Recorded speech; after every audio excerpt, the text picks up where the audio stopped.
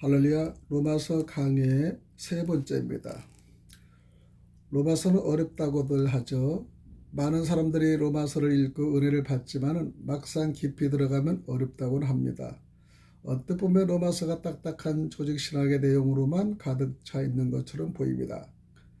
로마서가 이해하기 어려운 책이라는 것을 부인할 주석가는 많지 않죠. 문제는 강의하는 방식에 달렸습니다. 어려운 내용 어떻게 쉽게 풀어서 설명하에 따라 주석이나 강해서가 쉬울 수도 있고 어려울 수도 있습니다. 다시 말해 쉬운 책을 어렵게 주석하면 어려운 강해서가 되고 어려운 책을 쉽게 주석하면 쉬운 강해서가 됩니다. 딱딱한 내용의 책을 읽기 쉬운 소설처럼 들 수 있다면 그런 주석이나 강해서는 독자들에게 대환영을 받게 될 것이죠. 본선 쉽게 읽고 쉽게 이해할 수 있는 필요한 부분을 쉽게 찾아볼 수 있도록 꾸며진 평신도 시대의 강해서이기 때문에 이 영상을 통해 주석의 혁명이 이루어질 것을 확신합니다. 로마서 2장 제3강을 드립니다.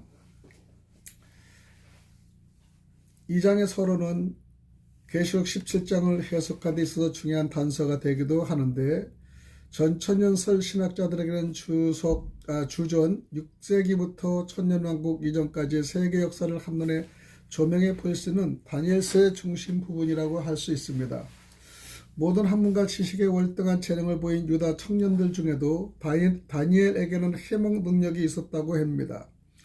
본장은 다니엘은 그의 재능을 유감없이 발휘하여 느부갓네살 왕이 꾼 꿈을 말하고 그것을 설명하면서 바벨론의 박수, 술객, 점쟁이 술사들보다 낫다는 것을 인정받아 바벨론의 모든 도를 다스리는 높은 지위를 얻게 되고 바벨론 박사들의 어른이 됩니다.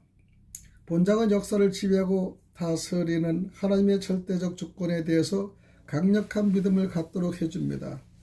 이방인 시대의 전체 역사를 연대기적 관점에서 기술하고 있다는 점에서 본장은 유대인들이 대망하는 메시아 시대의 도래와 함께 이스라엘의 회복에 대한 기대감을 갖게 하는 로마서 11장과 세가랴 12장과 더 연관되어 있습니다.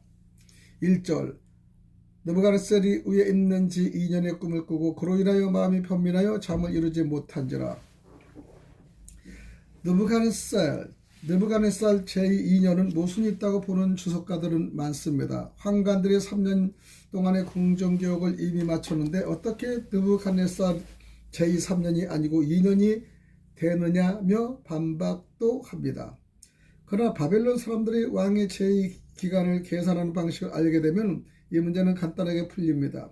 바벨론에서는 사망한 왕의 그해 잔여 기간을 새 왕의 원년으로 기속시키지 않도록 되어 있습니다. 다니엘이 바벨론으로 잡혀온 시기가 주전 605년 6월이라고 와이즈만은 밝혔는데 즉 왈부여드 와이즈만 타일레 히네카는 느부갓네살이 그의 부친 나보폴라살의 뒤를 이어 왕이 된 때가 주전 605년 9월 7일이라고 합니다. 나보폴라살은 주전 605년 8월경에 사망한 것으로 알려져 있습니다. 다니엘이 훈련을 받게 된 것은 나보폴라살이 사망한 해인 주전 605년인데 느부갓네살의 제1년은 주전 604년부터 계산되므로 다니엘이 3년 교육을 마쳐도 느부갓네살 제2년이 됩니다.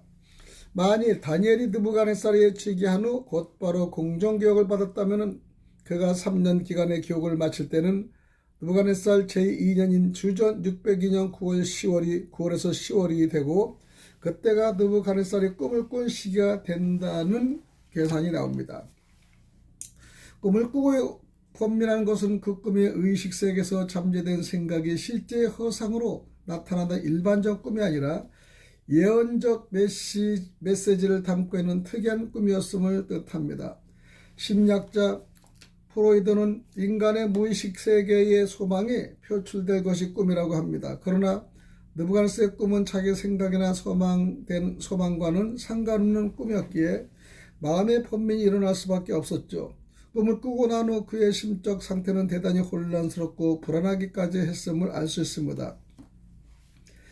그래서 그런 꿈을 꾸고 나면은 대개 자신의 생각과 연관된 것이어서 그 꿈의 의미를 알게 되는데, 느부갓네살의 경우는 그 꿈이 무슨 뜻인지 짐작도 알 수 없었으므로 번민하지 않을 수가 없었고 더 이상의 잠을 이룰 수가 없었습니다. 여기에 언급한 꿈이 복수로 되어 있어 한 가지 꿈을 반복해서 꾼 것인지 여러 가지 복합된 꿈을 꾼 것이는 논란이 있지만, 일반적으로 꿈은 여러 가지 사상이 복합된 것으로 한 가지 꿈이라고 해도 복수를 쓸 수는 있습니다.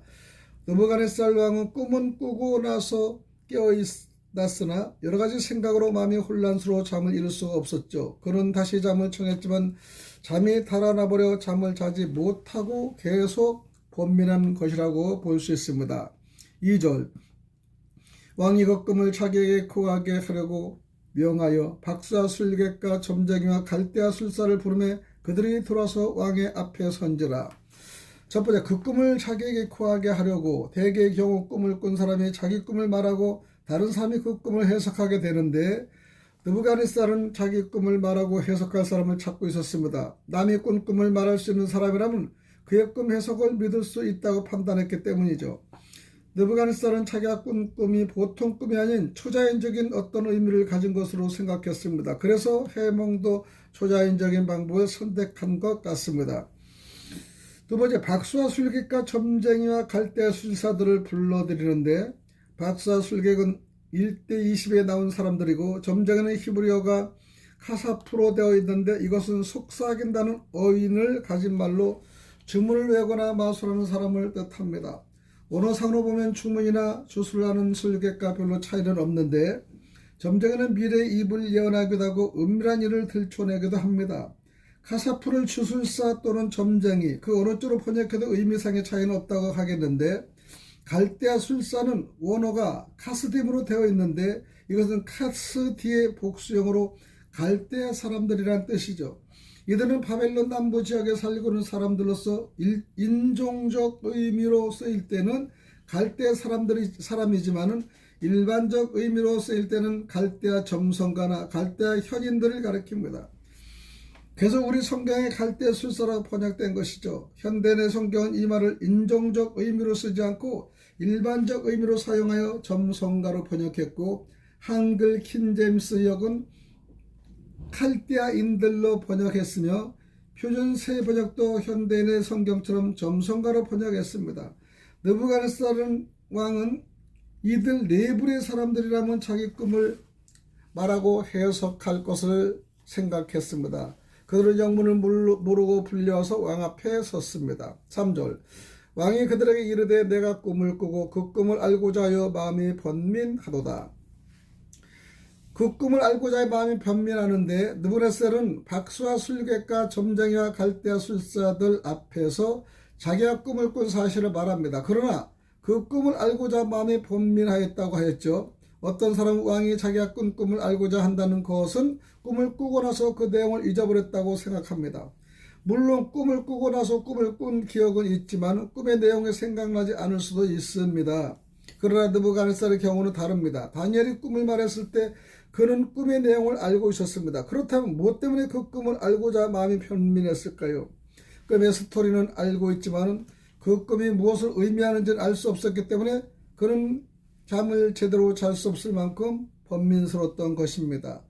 그리고 왕이 먼저 그 꿈을 말하지 않은 것은 누가 바른 해몽을 할 수 있는지를 시험해 보기 위함도 있었죠. 4절, 갈대아 술사들이 아람 방언으로 왕에게 말하여 왕이여 만세수를 하옵소서. 왕은 그 꿈을 종들에게 이루시면 우리가 해석하여 드리겠나이다.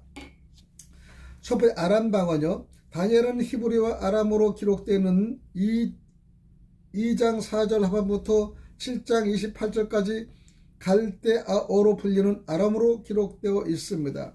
당시 아람 방언이 바벨론에서 통용되었다는 사람도 있고 전혀 통용되지 않았다는 사람도 있었죠.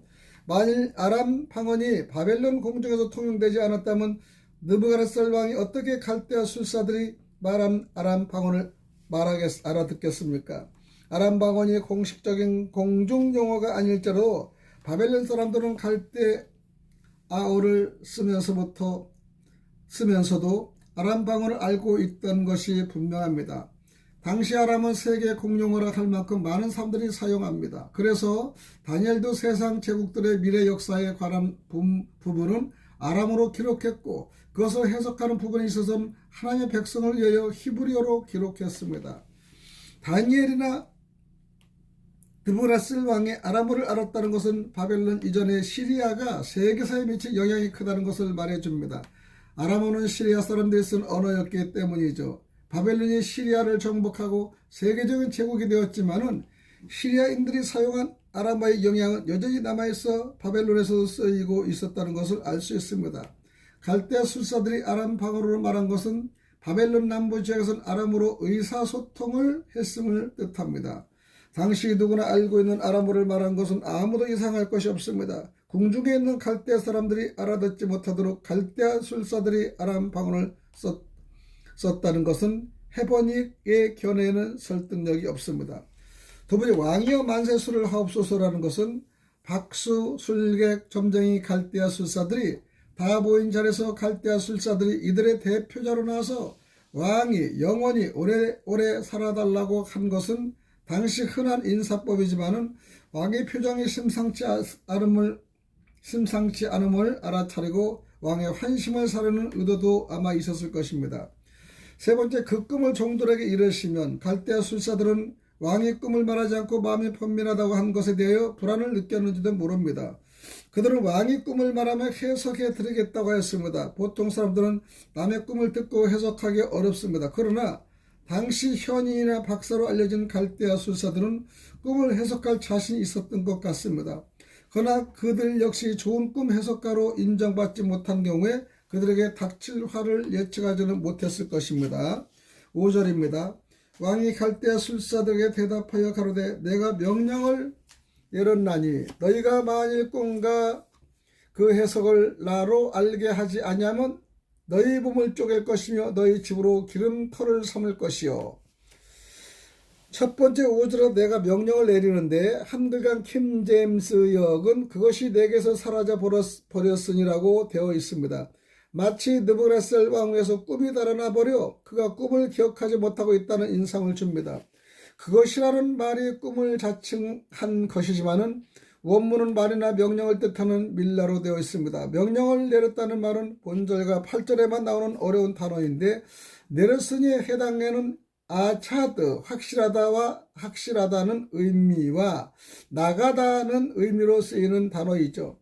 원문은 내게서라는 말이 있고 내게서 말이나 명령이 나갔다면 이미 나는 할 말을 다 했다 라는 뜻이 되며 내 명령은 움직일 수 없는 확고부동한 것이라 라는 것으로 받아들입니다. 한글 개혁번경은 내게서 명령이 나간 것으로 보아 내가 명령을 내렸나니로 번역합니다. 이것을 현대어로 고친다면 내가 분명히 명령한다가 될 것이죠. 두 번째, 너희가 만일 꿈과 그 해석을 나로 알게 하지 아니하면 조건이죠. 왕의 명령은 탄호하고 존엄합니다. 꿈을 말하고 해석하라는 요구는 박수, 술객, 점쟁이, 갈대아 술사들을 무척 당황하게 했을 것이죠. 남의 꿈을 말할 수 있다면 신의 경지에 이른 사람입니다. 느부갓네살 왕은 소위 박사로 불러주는 그들의 신들과 접촉하여 은밀한 일을 알아내는 능력이 있는지를 보고자 극단적 요구를 한 것입니다. 거의 불가능한 것처럼 보이는 일을 제시함으로써 그들의 충성도를 테스트해 볼 생각이었는지도 모르죠. 어쨌든 왕의 요구가 무례한 것은 사실입니다. 세 번째, 너희 몸을 쪼갤 것이다 라고 했는데 너희 몸을 쪼갠다는 것은 사지를 찢어버리겠다는 뜻입니다. 요즘 말로 하면 토막살인과 비슷한 의미라고 할 수 있죠. 민주주의 국가에서는 상상도 할 수 없는 포악한 독재, 군주의 언어폭력이 아닐 수 없어요. 사지를 절단하는 것은 가장 끔찍한 형벌의 한 형체입니다. 그만큼 무섬으로 자극하는 겁니다. 네 번째, 너희 집으로 거름터를 삼을 것이오 라고 한 것은 몸을 쪼갠 죽인 다음에 그들의 집을 거름터로 삼겠다는 것은 집안을 멸족시키겠다는 뜻이죠. 거름터로 번역된 네날루는 불결한 장소, 옥의 변소, 똥덤이라는 뜻인데 박수, 술객, 점쟁이, 갈대아 술사들에게는 많은 가족에 딸려 있을 것입니다. 그들의 사지를 찢어 죽이고 그들의 집까지 걸음토로 만든다면 결국 가족까지 희생시키겠다는 것으로 드립니다. 그러나 그들의 가족에 대해 어떤 생명의 위험이 있었다는 것은 성경에 언급되어 있지 않죠. 비록 가족들을 죽이지 않을지라도 그들이 사는 집을 폐허로 만들면 거처할 곳이 없어 어려움을 겪게 될 것입니다. 동양 폭군들의 전형적인 흉포가 여기에 잘 나타나 있죠. 6절 너희가 만일 꿈과 그 해석을 보이면 너희가 선물과 상과 큰 영광을 내게서 얻으리라. 그런즉 꿈과 그 해석을 내게 보이라. 첫 번째, 만일 꿈과 그 해석을 보이면은 왕이 꾼 꿈을 말하고 해석하지 못한 경우에 그들의 몸을 쪼개고 그들의 집을 걸음토로 삼을 것이라고 단호히 위협적인 발언을 한 느부갓네살은 그 반대 조건도 제시합니다. 죽고 사는 문제가 꿈 해석에 달렸다.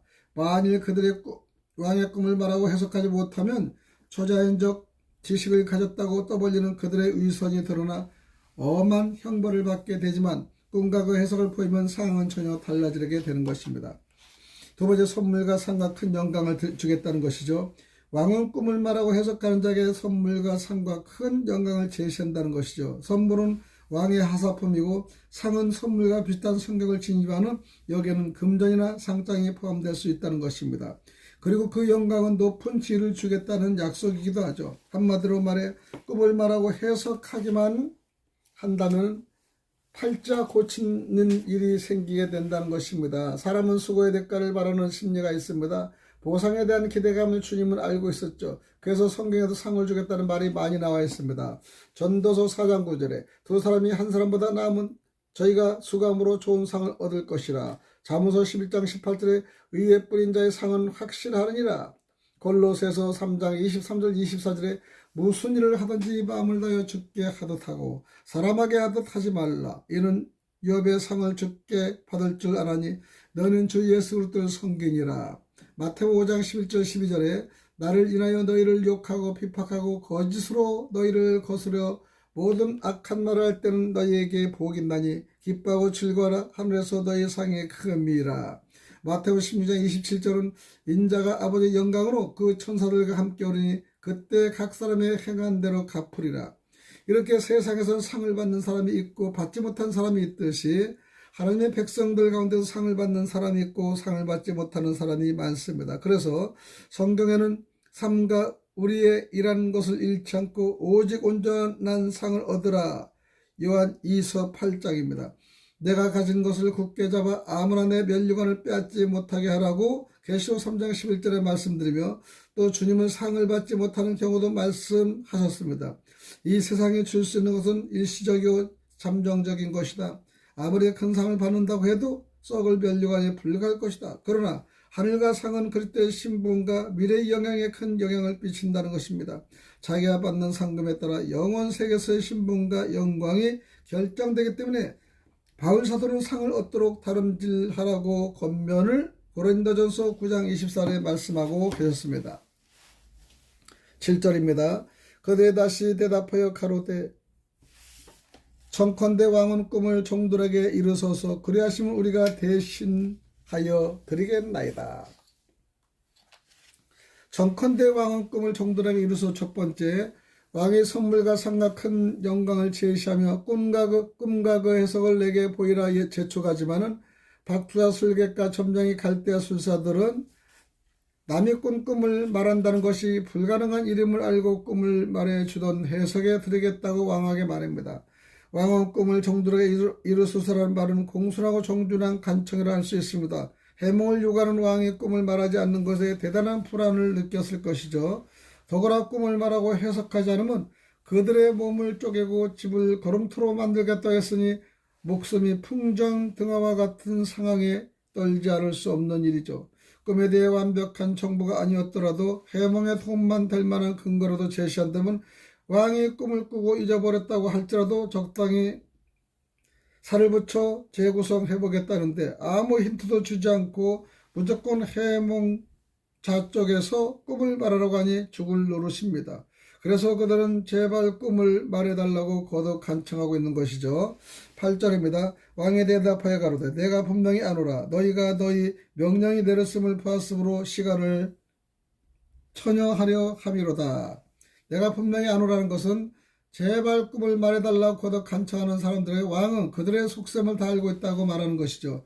분명히 안다는 그 말 속에는 시간을 끌어가고 있는 그들의 의도를 알고 있다는 의미도 있지만은 왕이 그 꿈을 다 기억하고 있으나 그들의 실력을 알아보기 위해 고의로 꿈을 말하지 않는다는 뜻도 내포되어 있습니다.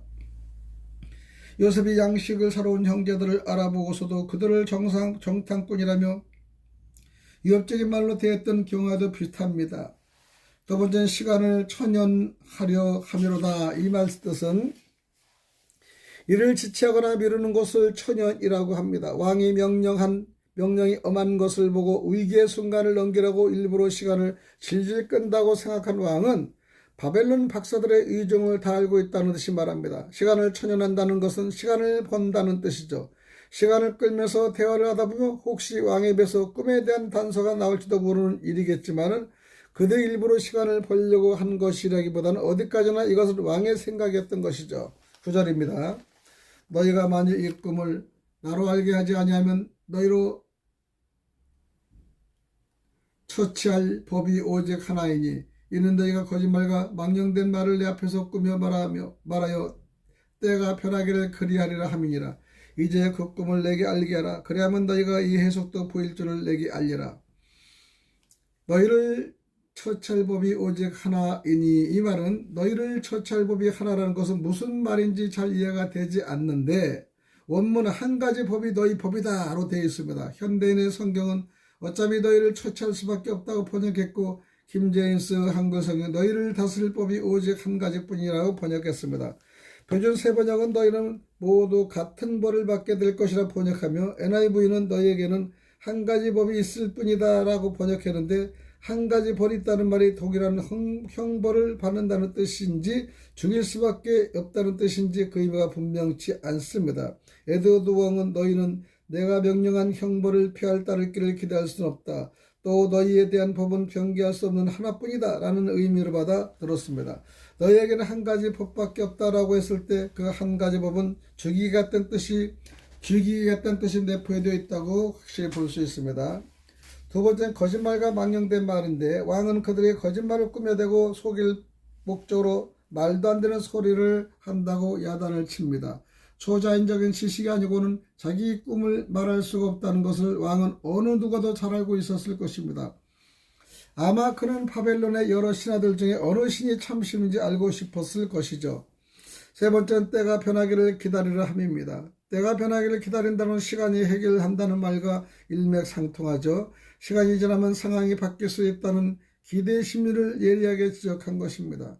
박사들이 고의적으로 거짓말을 하며 시간을 벌려고 하는 것이 아닌지도 느부갓네살 왕은 그들에게 확실한 꿈 해석을 듣고 싶어서 일부러 협박적인 말로 강하게 몰아붙일 수도 있는 것입니다.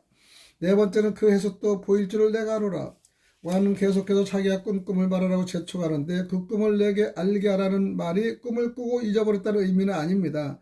박사들 역시 왕이 그 꿈을 꾸고 기억이 나지 않아서 꿈을 말하라고 강요한다고 여기질 않을 것입니다. 그들은 왕의 의도를 어느 정도 알고 있었을 것이고 왕은 남이 꾼 꿈을 말할 수 있는 사람이라면 얼마든지 그 꿈을 해석할 수 있을 것이라고 말하기 때문에 여기서 초점은 꿈 해석이 아니라 꿈을 말하는 것입니다. 10절입니다. 갈대아 술사들이 왕 앞에 대답해 가로되 세상 왕이 그 일을 보일 자가 하나도 없으므로 크고 권력 있는 왕이 이런 것으로 박수에게나 술객에게나 갈대아 술색에 물을 자가 절대로 있지 아니하였나이다.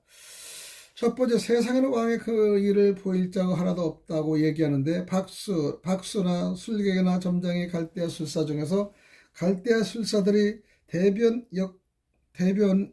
역할을 합니다. 갈대아 술사들은 남의 큰 꿈을 말하고 해석할 사람은 세상에 아무도 없다고 말하죠.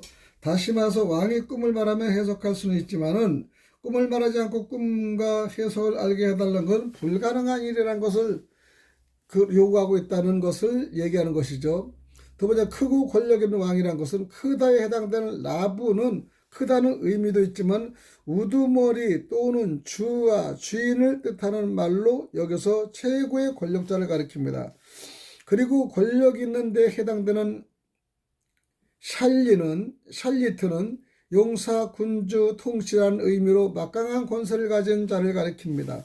크고 권력 있는 왕은 대바벨론 제국의 최고 권력자요 막강한 권세를 가진 왕을 자칭한 것입니다. 이처럼 위대하고 능력 있는 통치권자의 자리에 앉은 왕들이 여럿이 있었지만은 느부갓네살 왕처럼 이런 일로 박수에게나 술에게나 갈대아 술에게 물은 사람은 아무도 없었습니다. 갈대아 술사들이 말합니다. 물은 자가 절들이 있지 아니하였나이다 라는 말은 이와 같은 역사의 신뢰가 없었음을 왕에게 상기시킴으로써 인간의 능력 밖에는 문제를 제발 강요하지 말아달라는 묵시적 간청하고 있는 것입니다. 아무도 이런 무례한 요구를 한 적이 없는데 무엇 때문에 왕은 불가능한 일로 종들을 괴롭히나이까 원망 섞인 말이기도 하죠. 11절입니다. 왕이 물으신 것은 희한한 일이라 육체와 함께 거하지 아니하는 신들아 외에는 왕 앞에 그것을 보일 자가 없나이다 한지라. 희한한 일. 희한하다는 말은 썩 보기 드문 일로서 신기하거나 귀하다는 뜻이죠. 원문 야키루는 기한, 보기 드문의 의미로 씁니다. 남의 큰 꿈을 말하고 해석하는 것은 흔한 일이 아니어서 들어보지도 못한 신기한 일이라는 것이죠.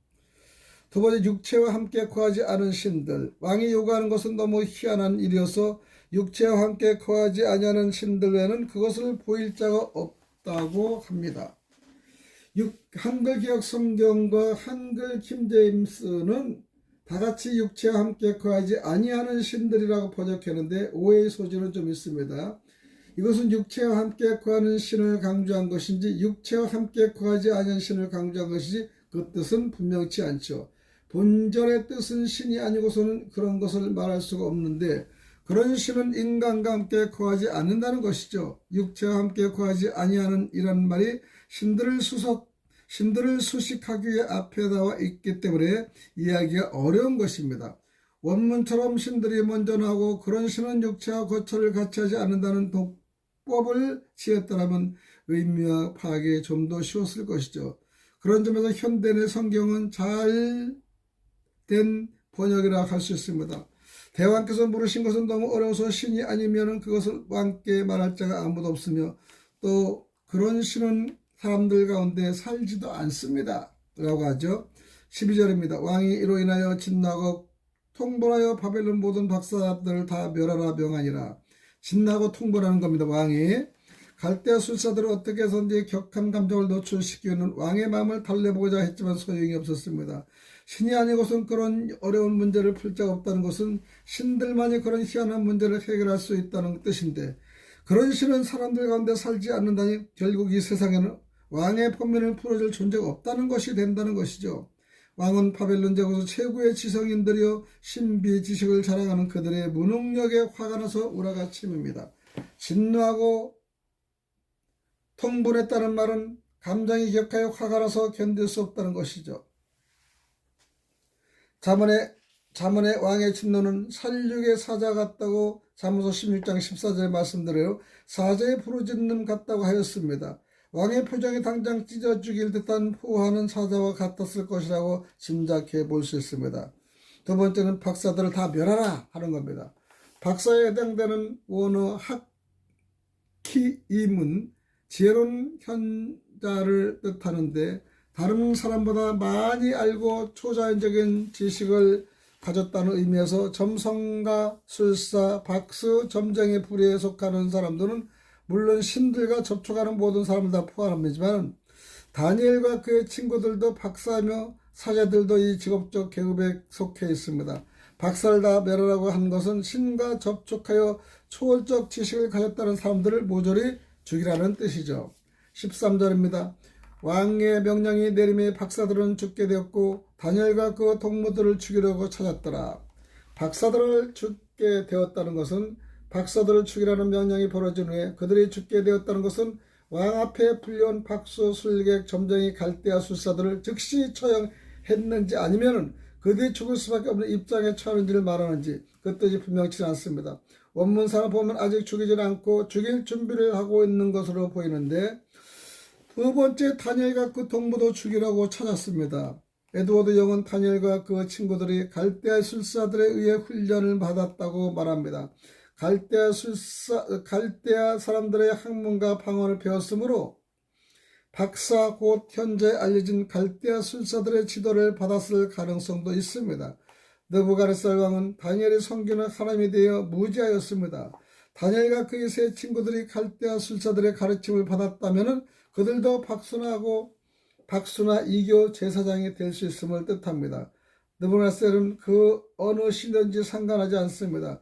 자기 꿈을 말하고 해석하지 못한 이상 박수, 이교, 제사장, 점성가, 갈대아, 술사, 점쟁이, 술객은 물론 이들의 가르침을 받은 사람과 그 밖에 신들과 접촉하는 자는 모조리 죽이고 싶었던 것이죠.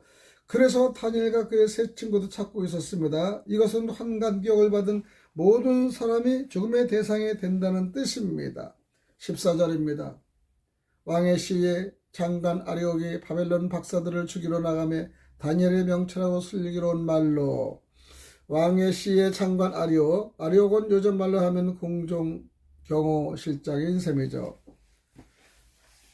시대 장관이란 말에서 시대에 해당되는 탑바흐는 도살자에서 유래된 말로 왕의 경호를 맡은 사람을 가리키고 장관은 대장이라는 뜻입니다. 시대 장관의 박사들을 죽이라는 셈이라고 볼 수 있죠. 시대 장관 아리옥의 박사들을 죽이려고 나갔다는 것은 왕의 명령을 수행하기 위해 행동 개시를 한 것이라 봅니다. 두 번째, 다니엘의 명철하고 슬기로운 말을 기대합니다. 사형 집행인에게 접근한 것은 대단한 용기죠. 박사들을 다 죽이라는 왕의 명령이 떨어진 것을 공중에서 모르는 자가 없었을 것입니다. 다니엘은 이 소식을 듣고 시대 장관을 찾다가 만나게 된 것 같습니다. 공중의 살벌한 분위기를 감안하면 감히 누가 아리옥 앞에 나타나겠습니까? 그러나 하나님의 사람 다니엘은 하나님을 신뢰하는 전적인 믿음이 있었기에 사형 집행인을 조금도 두려지 않고 명철하고 슬기로운 말로 접근합니다. 다니엘이 가진 명령과 슬기는 하나님을 경외하는 마음에서 얻어진 것이라고 할 수 있죠. 명령을 얻는 것은 은을 얻는 것보다 낫다는 것입니다. 잠언서 16장 16절입니다. 여기서 명철은 신중한 분별력을 뜻하고 슬기는 호감을 주는 지혜로운 말로 뜻합니다. 잠언에 슬기롭게 명하는 신하는 왕의 은총을 입는다고 했는데 다니엘이야말로 왕의 은총을 입을 수 있는 슬기로운 신하였습니다. 15절입니다. 왕의 장관 아리옥에게 물어 가로되 왕의 명령이 어찌 그리 급하냐. 아리옥이 이 일을 다니엘에게 거하며 왕의 명령이 어찌 그렇게 급합니까? 박사들을 죽이라는 왕의 명령이 떨어져서 다니엘과 그의 친구들도 죽이려고 찾았는데 1장 13절이죠. 죽이려는 사람과 죽임을 당한 사람이 태어나게 만나 대화할 수 있다는 것이 믿어지지 않을 정도로 신기합니다. 다니엘은 아리옥에 왕의 명령이 어째서 그렇게 급하냐고 묻습니다. 급하다에 쓰인 하차푸는 짧게 깎다, 자르다에서 온 말이고 성급하게 긴급한 것을 뜻합니다. 왕의 명령이 급하다고 한 것은 신중하지 못하고 참을성 없는 왕의 모습을 연상시킵니다. 왕이 조금만 더 신중했더라면 박수, 술객, 점쟁이, 갈대아 술사들이 왕의 꿈을 말하지 못하고 해석하지 못했다고 해서 다 무조건 죽이라는 명령을 내리지는 않았을 것입니다. 바벨론의 박사들보다 10배나 뛰어난 지혜의 총명을 가진 다니엘 같은 사람이 있었기 때문이죠. 왕은 다니엘과 그 친구들과 능력을 인정했음에도 불구하고 그들을 찾지는 않았습니다. 왕의 명령이 성급한 그의 성격에서 나온 것임이 분명하기 때문에 다니엘이 하고 싶은 말은 해몽한 사람을 다 찾아보지도 않고 모든 박사를 죽이라고 명령한 것은 왕의 조급함을 드러내는 것이라는 것을 알리는 겁니다. 두 번째, 아리옥의 이 일을 다니엘에게 고합니다. 사형 집행 아리옥이 곧 죽게 될 다니엘에게 박사들을 다 죽이라고 왕이 명령을 내리게 된 경우를 차기원이 말해줄 수 있다는 것을 조금도 두려워할 줄 모르는 다니엘이 진지한 태도와 자신감 넘치는 그의 밝은 표정에 압도당한 탓도 있겠지만 평소에 다니엘에 대한 평판을 듣고 그를 잘 알고 있었던 것으로 보입니다. 16절입니다. 다니엘이 들어가서 왕께 구하기를 기한하여 주심으로 왕의 그 해석을 보여드리겠다 하니라. 다니엘이 들어갑니다. 박사들을 다 죽이려는 왕의 불호령이 떨어진 상황에서 왕 앞에 나아간다는 것은 사자굴에 들어가는 것이라 다름이 없죠. 사전 허락을 받거나 아무 절차도 밟지 않고 여전히 어전에 들어갈 수 있었을까? 많은 추석가들은 아리옥의 공식적인 중재가 있었기 때문에 다니엘이 어전에 들어갈 수 있었을 것을 생각합니다. 바벨론이 모든 박사들보다 10배나 지혜와 총명이 뛰어난 다니엘이라면 왕을 폐하라는 데는 어려움이 없었을 것으로 보입니다. 두 번째, 기 하나 해주시면 그 해석을 보여드리겠습니다. 다니엘 말이죠. 다니엘은 왕에게 시간을 좀 달라고 부탁합니다. 박사들의 왕에게 꿈을 말해주면 해석해 드리겠다고 했을 때 왕은 시간을 지연시키려는 수작이라며 박사들을 모조리 죽이라는 명령을 내리는데, 다니엘이 노골적으로 시간을 달라고 했을 때는 왕의 반응이 어땠는지 궁금합니다. 다니엘이 어느 정도의 시간을 요구했는지는 언급되어 있지 않고 왕의 반응이 어땠는지도 언급되어 있지 않습니다. 왕은 전에 다니엘을 대면한 적이 있었기 때문에 그의 지혜와 총명에 대해 잘 알고 있었건 잊어버렸다고 해도 그를 보고 즉시 그의 총명함을 기억해냈을 것입니다. 아마 다른 박사들이 그런 요구를 했다면 당장 목을 치라는 명령을 내렸을 것입니다. 그러나 문맥에 나타나 있지는 않지만 다니엘에게서 시간을 허락한 것은 분명합니다. 다른 사람들은 몰라도 다니엘만은 자기 꿈을 말하고 해석할 수 있을 것이라는 기대와 믿음을 가졌다고 볼 수 있습니다. 아무리 진지한 태도로 말해도 남이 믿어주지 않는다면 인격적인 신뢰감을 상실하고 마는 것이죠. 남에게 희망과 꿈을 주고 무엇인가를 기대할 수 있게 하는 것은 대단히 중요합니다. 상호 신뢰 바탕을 둔 인격적인 관계가 형성될 때만 이런 일이 가능하죠. 어딘지 모르게 속일 것 같은 사기꾼의 인상을 풍긴다면 아무도 믿어주지는 않습니다. 느부갓네살이 다니엘에게 기대감을 갖고 시간을 주었다는 것은 그와 다니엘 사이에 보이지 않는 신뢰 관계가 형성되었음을 우리가 알 수 있습니다. 17절입니다.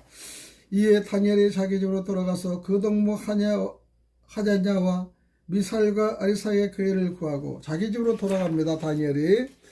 여기서 자기 집이라는 말이 무엇을 뜻합니까? 정확하지 않습니다.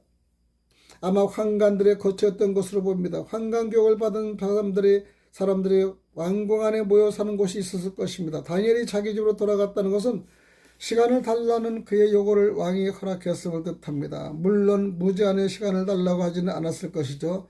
다니엘은 왕이 충분히 납득할 수 있는 시간을 제한하고 왕은 그것을 기꺼이 받아들였다고 할 수 있습니다.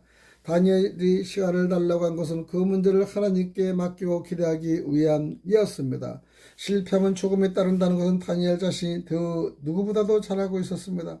그럼에도 불구하고 시간을 알려달라고 요구한 것은 기도 응답에 대한 확신이 있었기 때문이죠. 실로 인간 역사의 시간은 많은 문제를 해결합니다. 고난과 슬픔도 인간 시간 안에서 해석됩니다. 더구나 기도하는 시간은 문제 해결의 열쇠가 됩니다. 다른 신에게 귀담은 사자굴에 던져져겠다는 다리왕의 조서에 어인이 찍힌 것을 알고도 다니엘은 자기 집에 들어가서 평소에 하던 대로 예루살렘을 향하여 창문을 열고 하루 3번씩 기도하는 것을 볼 수 있습니다. 다니엘의 집은 기도하는 집인 것을 알 수가 있죠. 그를 기도해서 응답을 받으려고 하는 다니엘의 간절한 마음도 있을 것입니다. 친구들과 또 의논합니다. 두 번째는 다니엘과 그의 세 친구 하냐냐와 미사엘과 아샤라의 거처는 같은 곳에 있었던 것으로 보입니다. 다니엘은 집으로 돌아온 즉시 자기 친구들에게 자초지역을 말하고 의논합니다. 다니엘이 혼자서도 기도하여 해결할 수 있는 문제지만은 그런 친구들에게 중보 기도를 요청하기 위하여 왕과 대한 내용을 말해줍니다. 다니엘은 무모한 광신자나 자기 과시자가 아닙니다. 그는 철저하게 하나님을 의지하는 겸손의 종이었죠. 어려운 일이 있을 때 다른 사람에게 기도를 부탁하는 것은 합력하여 손을 이루게 하시는 하나님의 능력이 나타나기 위함이죠. 자기 혼자 기도하여 문제가 해결되면 자신의 기도 응답에 대한 자랑거리가 생기지만은 여러 사람이 합심해 기도하면 문제가 풀리면 하나님의 영광을 받습니다. 우리도 여기서 다니엘의 겸손한 신앙 자세를 배워서 우리가 펼칠 효력이 있습니다. 중보기도의 후원을 받지 않고 당돌하게 이교 재단이나 사당을 헐다가 사탄의 공격을 받아 죽임을 당하는 목사도 있지 않습니까? 충분한 기도 없이 무슨 일을 행한다는 것은 언제나 실패할 위험이 따릅니다. 18절입니다. 하늘에 계신 하나님이 은밀한 일에 대하여 긍휼히 여기서 자기 다니엘과 동무들의 바벨론의 다른 박사와 함께 죽임을 당치 않게 하시기를 그들로 구하게 하였느니라. 하늘에 계신 아버지, 온 우주의 편재케 계시는 하나님을 특별히 하늘에 계신 아버지라고 한 것은 땅에 있는 인간과 대조되는 초월적 신을 가리키는 것입니다. 바벨론 사람들은 태양, 달, 별 숭배했지만 하늘에 계신 참신을 알지 못합니다. 느헤미야는 하늘의 하나님 여호와를 크고 두려우신 하나님이라고 하였습니다. 그는 페르시아 제국의 관직에 있을 때 아닥사스다 왕이 그 얼굴의 수식을 보고 원하는 것이 무엇이냐 묻자 먼저 하늘의 하나님께 묵도한 다음에 예루살렘을 중건하게 해달라고 부탁했습니다. 느헤미야 2장 4절 6절입니다. 느헤미야의 경우는 하늘에 계신 하나님은 공경의 대상으로 초월적 존재였고요. 바사 즉 페르시아 왕 고레스는 하늘의 신 여호와께서 세상 만국으로 내게 주셨고 나를 명하사 유다의 예루살렘의 전을 건축하라고 하셨나니 이스라엘의 하나님은 찬신이라고 하였습니다. 이것이 시가랴 1장 2절 3절입니다. 이교왕의 하나님을 하늘의 신 여호와라고 한 것은 잡다한 다른 신들과 구별되는 참신이라는 의미에서 말입니다. 에스라는 하늘의 하나님이라는 용어를 즐겨 사용합니다. 물론 그것은 다리오 왕의 조서에서 나온 말입니다. 다리오가 의도적으로 하늘의 하나님이라고 용어를 쓴 이유가 분명합니다. 하늘의 하나님이라는 말 속에는 이방 신들과 대조되는 절대자라는 말도 대표되어 있습니다. 히브리인들은 하나님의 하늘에 계신다고 믿고 있었습니다. 하늘은 여호와의 거룩한 초소이며 그들의 기도가 상달되는 곳이라는 것을 역대 30장 27절에 말씀을 드립니다. 욥은 나의 증인이 하늘에 계시고라고 욥기서 16장 19절에 있습니다. 대만 사람 엘리바스는 하나님의 좋은 날에 계시다고 욥기서 20장 22절에 말씀합니다. 다윗은 하나님 나라에서 인생을 굽혀달라고 했는데 시편 114편 2절 53편 2절은 이것은 여호와께서 그 보호자를 하늘에 세우시고 그 정권으로 만유를 통치하신다고 믿었기 때문이죠. 그래서 그는 하늘에 계신 주여 내가 눈을 들어 주께 행하니다라고 시편 123편 1절에 고백합니다. 하늘에 하나님께 감사하다고 하였더니 이사야는 하늘에서 하늘은 나의 보좌여 땅은 나의 발석이라고 말씀하신 것을 우리에게 상기시키고 있습니다. 하늘에 계신 너희 아버지 온전하신가 같이 너희도 온전하라. 마태복음 5장 48절이고요. 마태복음 7장 21절은 나더러 주여 주여 하는 자마다 천국에 들어가는 것이 아니요 다만 하늘에 계신 내 아버지의 뜻대로 행하는 자라. 이것이 마태복음 7장 21절 주여 주여 하는 자마다 천국에 다 들어가는 것이 아니라는 것입니다. 삶과 이 소자 위에 하나도 없이 시키지 말기를 바랍니다. 저희 천사들의 행사에서 여신과 함께 내 아버지 얼굴을 항상 배움나이다.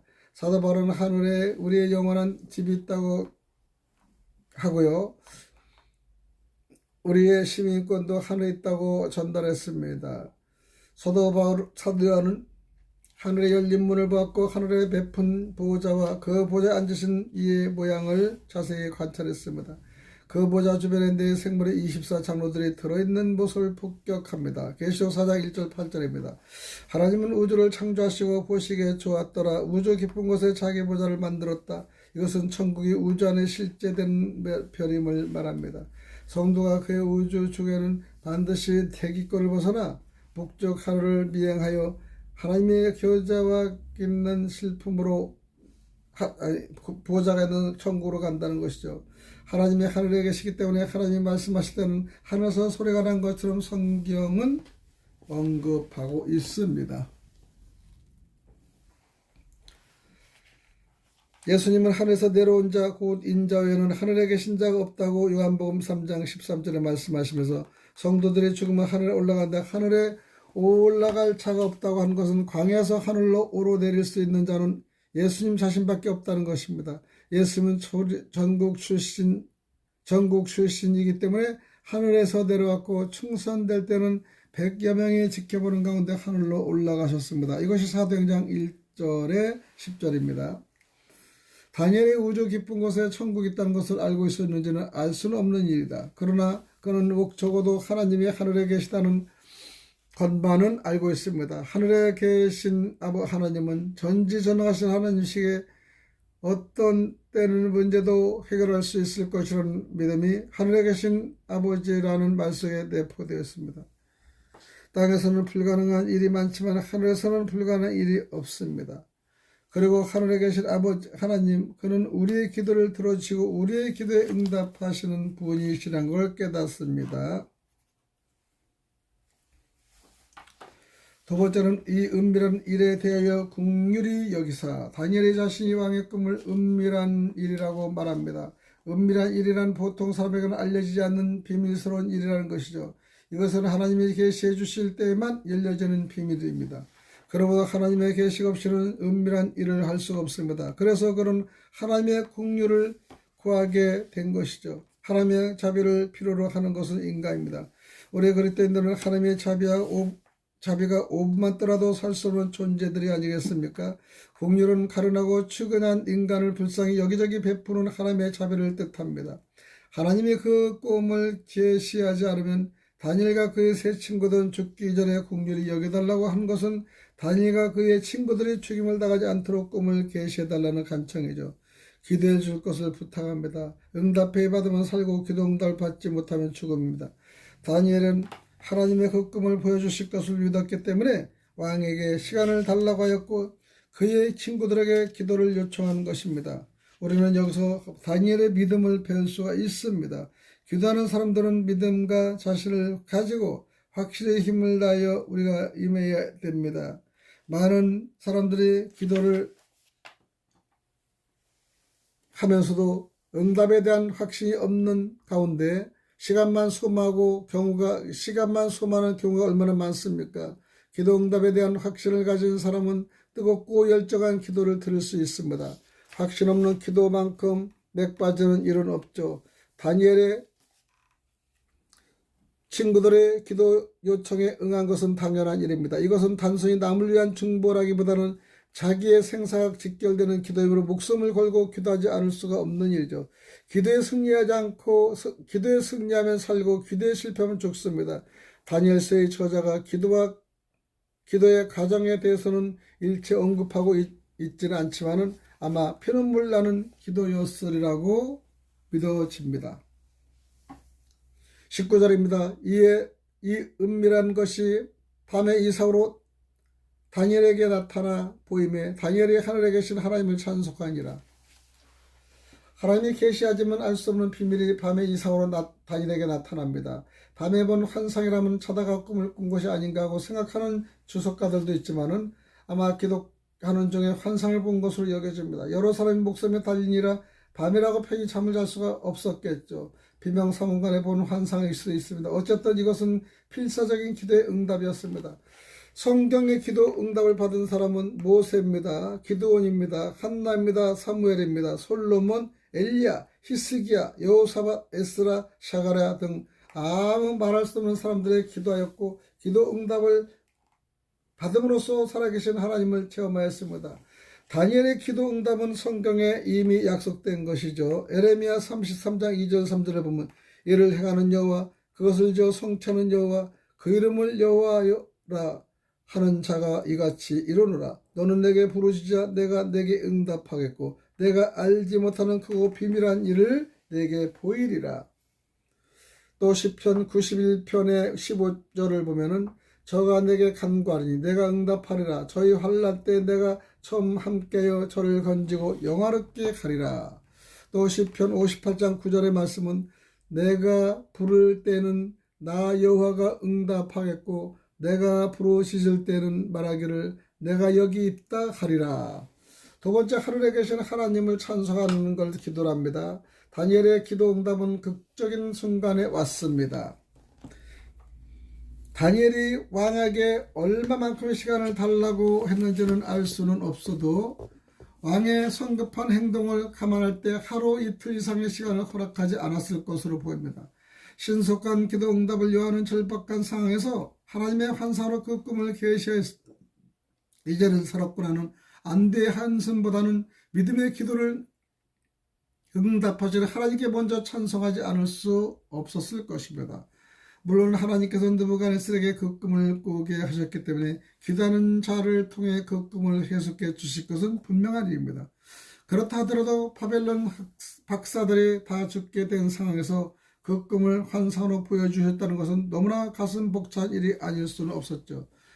아마 다니엘이 그 순간에 받은 은혜의 간격은 형언하기 어려울 것입니다. 필사적으로 그를 부르짖고 기도하가 응답을 받았을 때 인간의 감정이 앞선다면 하나님을 잊어버리고 사람들에게 달려가 기도의 영향력을 자랑하고 떠벌리기도 했습니다. 다니엘이 엄청난 기도의 응답을 받고도 곧바로 느부갓네살에게 달려가지 않고 차분히 앉아서 하나님을 찬양하는 모습은 신앙인의 깊은 세계를 보는 것 같아 대단히 감격적입니다. 20절입니다. 다니엘이 말하여 가로되 영원 무궁의 하나님의 이름을 찬송할 것은 지혜와 권능이 그에게 있음이로다. 하나님의 이름을 찬송하는 다니엘이 하나님을 찬송한 내용 중에 제일 첫 번째 것은 하나님의 이름입니다. 그런 영원 무궁의 하나님의 이름을 찬송한다고 말합니다.